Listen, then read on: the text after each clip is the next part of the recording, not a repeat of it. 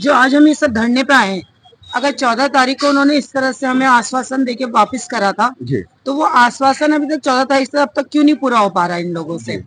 आए दिन इनके विधायकों के लिए इनके पास आए दिन इनके पास धनराशि है, वो हम उनसे ज्यादा जितनी भी सरकार की जितनी योजनाएं होती हैं धरातल पे, उसको हम लोग सारी आंगनवाड़ियां लाती हैं। उनकी जितनी भी, चाहे नंदा गौरा रहा हो, चाहे प्रधानमंत्री वाले महालक्ष्मी है, ये सब हमारे जरिए ही होती है। मेरा कहने का है जितना हमसे काम लिया जाता है उतना तो हमें मान दिया जाए। हाँ। आपकी मांगे क्या क्या है? मांग हमारी है, हमारा न्यूनतम मानदेय 18,000 रुपए होनी चाहिए, जो हमारा न्यूनतम है। एक मजदूर के बराबर भी हमें मजदूरी नहीं दी जाती है, जबकि आज का जो मजदूर है उसको 800 रुपए दिन की दिहाड़ी दी जाती है और हमें 310 रुपए मात्र दिन का दिया जाता है।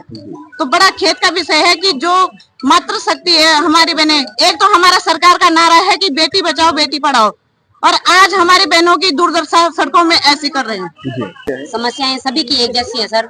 मैं अपने प्रदेश की सरकार से पूछना चाह रही हूँ कि आपको हमारी परेशानियां दिखती नहीं है या आप देखना नहीं चाहते। देखिए आप, हम बीपीएल परिवारों से हैं, एकल महिलाएं हैं, सब कुछ है, लेकिन 9,000 में अपना परिवार का हम घर पोषण कैसे करेंगे? हमारे बच्चे स्कूल वाले हैं, हमारे क्या नहीं है, दुख बीमारियां हमारे लिए नहीं है क्या? हमारे लिए छुट्टियां भी नहीं है, सीमित छुट्टियां हमारे लिए लिखित में, ये तुम्हारी नहीं है। सार्वजनिक छुट्टियां थी परसों तो, लेकिन हमारी नहीं है। हमारे लिए बरसात हो कुछ भी हो, हमारे लिए छुट्टियां नहीं है। हमारे लिए कोई स्वास्थ्य वो नहीं, बोलते हैं कि तुम्हें है स्वास्थ्य कवर है, लेकिन ऐसा कुछ नहीं है।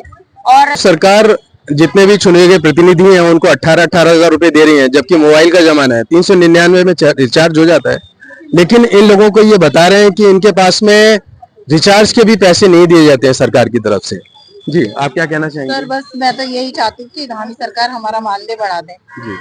100 रुपए कट रहा है, अभी 300 रुपए कटने की बात हो रही है। 300 रुपए कहाँ से कटेंगे? अभी 100 रुपए जो कट रहा है उसका भी हमको कुछ दिया नहीं जा रहा है उसी हिसाब से। ये 300 रुपए क्यों काटेंगे वो? 300 रुपए इसीलिए वो काट रहे, वो बोल रहे कि हमें आपका ये 1 लाख रुपए देंगे। 100 रुपए काट रहे हैं तो उसमें आपने 30,000 35,000 देकर लड़कियों को रिटायरमेंट में दे दिया, और अब 300 रुपए काटने में कह रहे हम 1 लाख रुपए देंगे, वो भी 300 रुपए काटने में। आप सोचिए हमारी इतनी पूरे प्रदेश की हमारी आंगनबाड़ी बहनें हैं, कितना पैसा इकट्ठा हुआ है। हम 2016 से 2016 से कटा, 10 साल हो गए सर है। इस 10 साल से हमारे देखो हमारी बहनों का कितना पैसा हो गया है, उसका वो अभी तक उसका देने का नहीं पता ही कहाँ जमा हो रहा है वो। हम लोग बात करते हैं प्रदेश अध्यक्ष रेखा नेगी जी से कि आखिर ये समस्याएं क्यों है, क्योंकि आंगनवाड़ी जो है ये एक बहुत धरातल पे काम कर रहा है और सरकार का एक तरह से हाथ और पैर है, क्योंकि जितनी भी योजनाएं हैं वो योजनाएं आंगनवाड़ी के थ्रू ही जाती हैं और उनका मानदेय इतना कम होना सचमुच ये तो बहुत शर्म की बात है। रेखा जी, मैं आपसे पूछना चाहूंगा, ये जितनी भी हमारी बहनें इकट्ठी हुई हैं, क्या कारण है, आखिर ये क्या रोष है इनमें?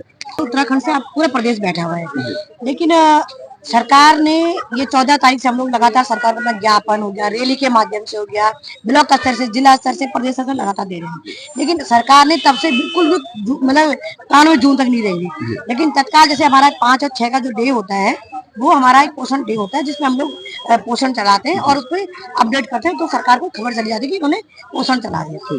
जैसे हमने 5 और 6 के डे में वो सारा रेड लाइन पे आ गया, तो सरकार को तत्काल घबराहट हो गई है कि आंगनबाड़ी वर्करों के ऊपर कार्रवाई करनी चाहिए, और उन्होंने एक पत्र जारी करा, जिस पत्र में लिखा, उन्होंने एक संज्ञान देते हुए कि फलानी धारा के अंतर्गत इन्होंने इसका अवहेलना करी और उन पर कार्रवाई की जाएगी। मैं सरकार से बोलना चाहती हूँ, आपने पत्र जारी किया, मैंने उनके पत्र के माध्यम को देखते हुए उनका पत्र में हमें भी जारी किया संगठन ने कि ये बताइए सरकार किससे कि इतने दिनों से आपके वर्कर, सरकार के विभाग के वर्कर हैं, इतने दिनों से सड़क पे थे, क्यों आपने संज्ञान नहीं लिया? हम लोग आंगनबाड़ी वर्कर हैं, हम किसके अधीन है? विभाग के। विभाग जो बोलेगा वो करेगा। विभाग किसके अधीन है? मंत्रालय के। मंत्रालय में कौन बैठे हैं? सरकारी तो बैठी है, नियम तो सरकार ला रही है, तो सरकारी तो इसके उसमें है, सरकारी तो है, जब मुख्यमंत्री हो जब मंत्री जी हो। अगर मंत्री जी के संज्ञान में सब चीजें आ रही तो मंत्री जी सुध लेना उनकी। अगर मंत्री जी के पास ये खबर नहीं है तो मीडिया के माध्यम से खबर जारी होगी। हमारी वर्करें क्या कर रही है, हमारा किसी पार्टी से वो नहीं है, हमें चाह रही महोदय हमारी बात सुनिए पहले आप, अगर हम गलत है तो आप दंड दीजिए, लेकिन अगर गलत नहीं है तो आप हमें इनाम भी तो दिए। ये हमारा कहना है।